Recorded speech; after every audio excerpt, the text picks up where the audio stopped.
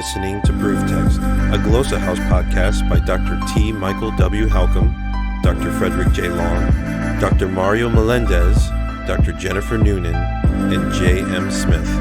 Welcome and enjoy. Hello, welcome to Constituent Marking with Fred Long on Proof Text. This is our third episode. We're working through 1 Corinthians 12 through 14. And I'm using this method, which I call constituent marking. I've been teaching Greek for 30 years now. And down at the bottom, if you're able to view the screen, you'll see a legend. And this legend shows you how to do the markup. What I like about this method is that it trains your eye to see what's most significant and to help you navigate the sentence. So it teaches you to pay attention to verbs, to connectors, and to all the things that surround the verbs like subjects, direct objects, indirect objects, and then also to identify modifiers like adverbs, prepositional phrases, and subordinate clauses of different types. And so we're going to start with 12:3. I'll read the text. Hopefully those of you who are listening can follow in your mind's eye. So verse 3 begins with a dio. Dio is a connector. I put a box around it. Then I see a verb, gnorizo, present active indicative from gnorizo. Umin is a dative, which is an indirect object. It gets a dotted underline. So therefore, I make known to you. Oti. Oti is a connector, a conjunction, which also gets a box and then a bracket. It starts a subordinate clause. This is another content clause.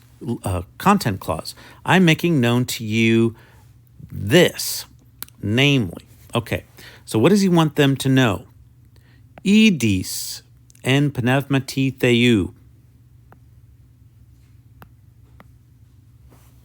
En pneumati theou is a prepositional phrase. En pneumati with a genitive modifier, the theou.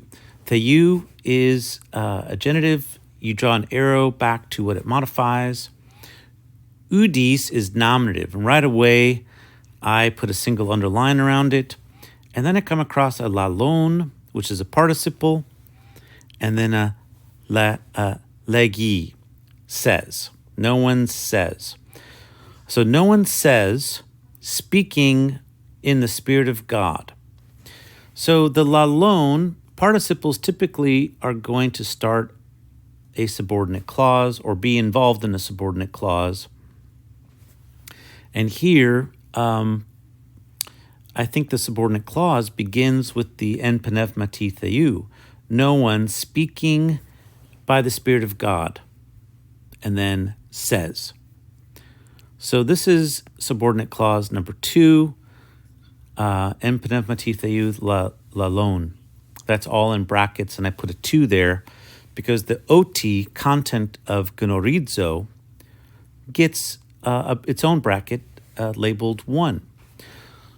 So no one speaking in or by the Spirit of God says, legi, present active indicative.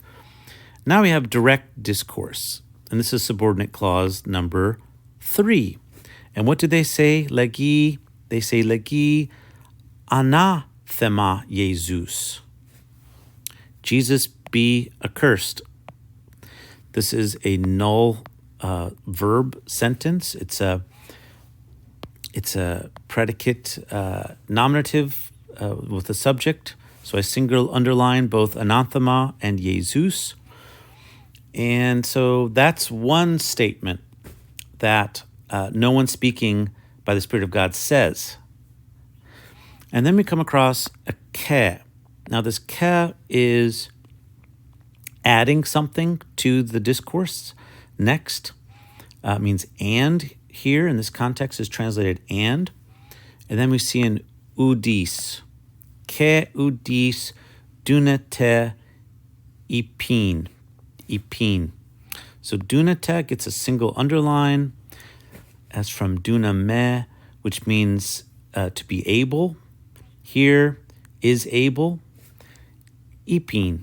Epine is an aorist, second aorist infinitive, active, aorist active infinitive. This is single underlined as well. So the udis, dunate, epine are all single underlined because you have a subject and then a verb that takes a complement. And that epine infinitive works all together. And this is really a setup for the next direct statement, Kurios Jesus. And there we have direct discourse again. And this is now our fourth subordinate clause. It is also null copula. So we have to supply the verb imi. And here it would be estine. So Jesus is Lord, understood. Both kurios and Jesus are single underlined as subject and predicate nominative. They are being equated. And so their single underlined is fine. And so no one is able to say, quote, Jesus is Lord, unquote. And then we come across the last clause with me. Me works together to start what's called an exception clause. And really, when you break down the semantics of this, it really is a type of conditional clause in which something has been denied. And Steve Runge explains, like, imagine there's a table with things on the table. Something is denied, like everything on that table is cleared off.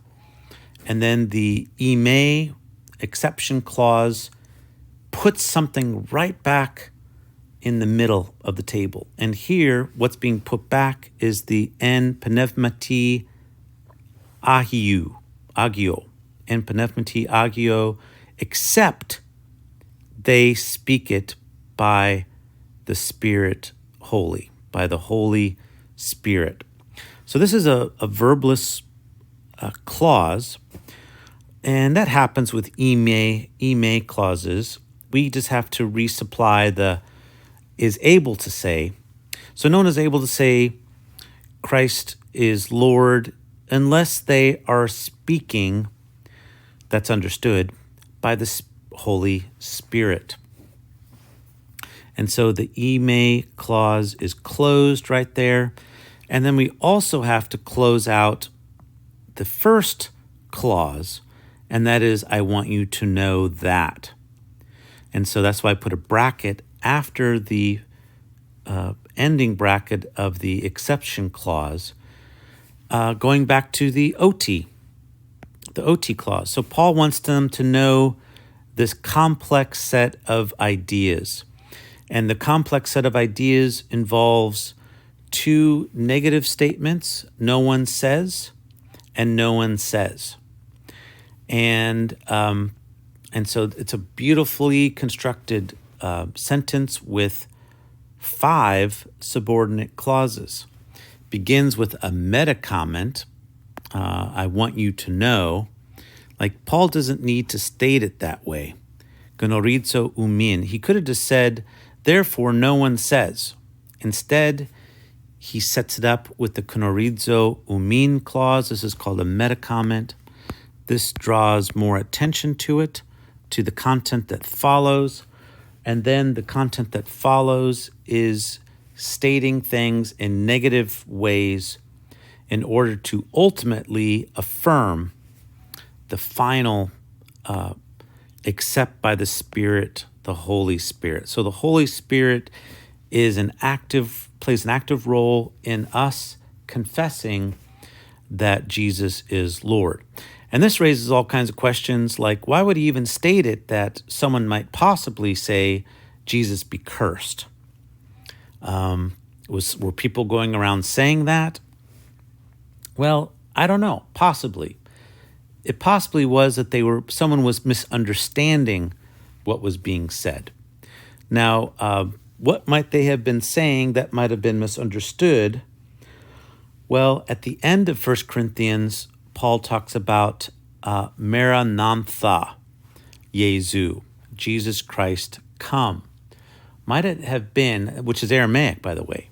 Maybe someone was speaking in that tongue, that language, in such a way that it was misunderstood. If you say Maranatha Jesu, Maranatha Jesus, Maranatha Jesus, that could have been misunderstood in the Greek as anathema Jesus.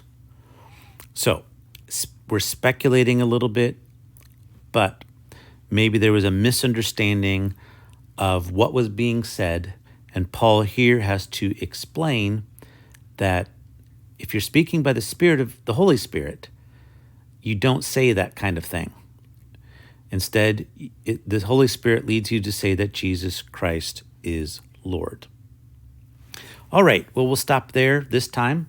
I hope you're enjoying learning about constituent marking as well as some of the messaging of 1 Corinthians 12 here. We'll continue next time with verse 4, and looking forward to having you listen or watch us next time. Thanks. Interested in growing your ancient language skills but not sure where to start? Glossa House can help. From illustrated readers and short stories to lexicons and grammars, Glossa House offers a variety of resources for beginning, intermediate, and experienced ancient language learners. Head to glossahouse.com today. Glossa House, language resources for the global community.